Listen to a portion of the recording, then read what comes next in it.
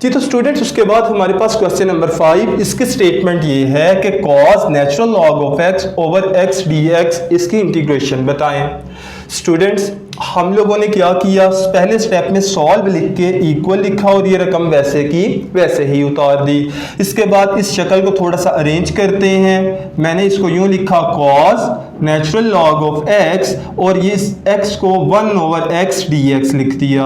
अब स्टूडेंट्स आप ये देखिए कॉस बेसिकली एक ट्रिग्नोमेट्रिक फंक्शन है और इसका जो एंगल है वो सिंपल एक्स नहीं है बल्कि थोड़ी सी कॉम्प्लिकेटेड फॉर्म रखता है। तो स्टूडेंट्स जब हम लोगों ने सब्स्टिट्यूशन के बारे में पढ़ा था, हमने कहा अगर ट्रिग्नोमेट्रिक फंक्शन हो जिसका एंगल थोड़ा कॉम्प्लिकेटेड हो तो उस एंगल को हम सब्स्टिट्यूट कर देंगे। तो यहां पर स्टूडेंट्स वो angle natural log of x है, लिहाजा मैं नेचुरल लॉग ऑफ एक्स ही को सब्स्टिट्यूट करने लगा हूं। अब मैंने यहां पर क्या किया, मैंने पुट कर दिया कि नेचुरल लॉग ऑफ एक्स बराबर है T. Students natural log of x T में चेंज हो गया और डी एक्स की रिप्लेसमेंट भी हमें चाहिए, लिहाजा मैं डेरिवेटिव लेने लगा हूं। मैंने लिखा differentiated with respect to x, x के लिहाज से मैं इसको डिफरेंशिएट करने लगा हूं। तो नेचुरल लॉग ऑफ एक्स का derivative 1 over x, further derivative x का x के लिहाज से 1 छोड़ दिया इसे, और t का derivative with respect to x dt over dx है। अब आप ये देखें 1 ओवर x इधर ही रहेगा, dx डिवाइड है लेफ्ट साइड पर आकर मल्टीप्लाई हो जाएगा, तो 1 ओवर x dx बराबर हो जाएगा dt के। तो स्टूडेंट्स आपने अब यहां पर क्या देखा, आपने यहां पर ये मुलाहिजा किया कि 1 ओवर x dx जहां पर भी आ रहा हो उसकी जगह पर हम dt लिख देंगे और नेचुरल लॉग ऑफ x की जगह पर t रख देंगे। तो स्टूडेंट्स अब मैं इक्वेशन 1 को लिखता हूं। सो इक्वेशन 1 बिकम्स मसावात एक की नई शक्ल क्या बन गई है वो हम देखते हैं। पहले लेफ्ट साइड पर मैं ये रकम वैसे की वैसे ही उतारता हूं।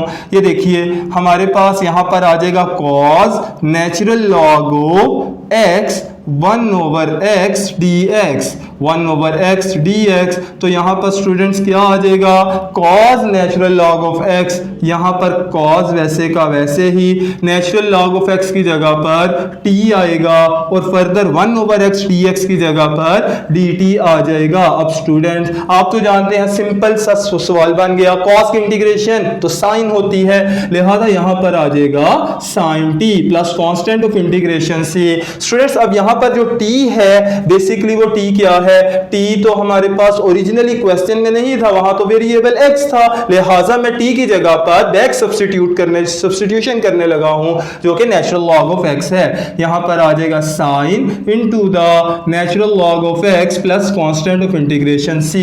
बात क्वेश्चन नंबर 8, स्टेटमेंट ये है 2 सीकेंड जिसका एंगल 2x है, हम लोगों ने इसको इंटीग्रेट करना है। तो स्टूडेंट्स इसको इंटीग्रेट करने के लिए सॉल्व लिखा, पहले स्टेप में आपने इक्वल लगाकर रकम वैसे ही लिख ली।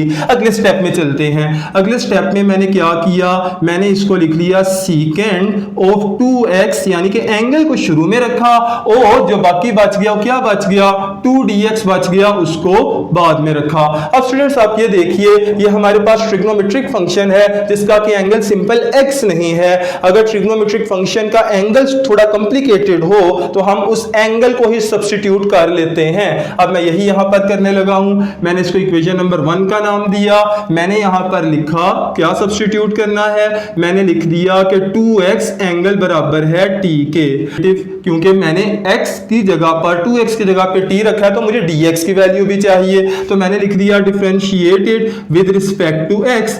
मैं यहां पर x के लिहाज से डेरिवेटिव ले रहा हूं, तो यहां स्टूडेंट्स देखिए दो बाहर का बाहर ही रहा, x का डेरिवेटिव x के लिहाज से 1 और फर्दर और उसके बाद t का डेरिवेटिव आ जाएगा dt ओवर dx। स्टूडेंट्स अब ये देखें dx डिवाइड हो रहा है, इधर आकर मल्टीप्लाई हो जाएगा, लिहाजा 2 1 2 2dx बराबर है dt के। तो स्टूडेंट्स आपने क्या किया, आपने 2dx dt की जगह पर रख दिया, आपने 2dx की जगह पर dt रखना है और 2x की जगह पर t सब्स्टिट्यूट करना है किस में, इक्वेशन नंबर 1 में। सो इक्वेशन 1 बिकम्स मसावात ए की नई शक्ल क्या बन गई है? मसावात ए की नई शक्ल से पहले स्टूडेंट्स मैं लेफ्ट साइड पर इसी रकम को लिख दूंगा।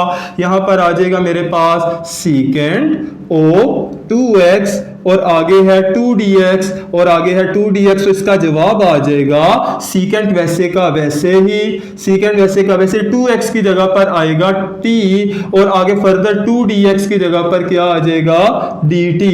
अब secant of t, student secant की इंटीग्रेशन हम लोग जानते हैं कि सीकेंट की इंटीग्रेशन होती है natural log of secant of angle plus tan of angle, और एंगल यहां पर t है, plus constant of integration c आ जाएगा। अब मजीद ये कि वेरिएबल जो सा था वो तो x था, लिहाजा t की जगह पर वापस t की वैल्यू पुट कर देते हैं, तो यहां पर आ जाएगा natural log of secant t की जगह पर 2x secant of 2x plus tan और t की जगह पर 2x plus constant of integration c। तो स्टूडेंट्स ये हमारे पास क्वेश्चन नंबर 8 का आंसर है।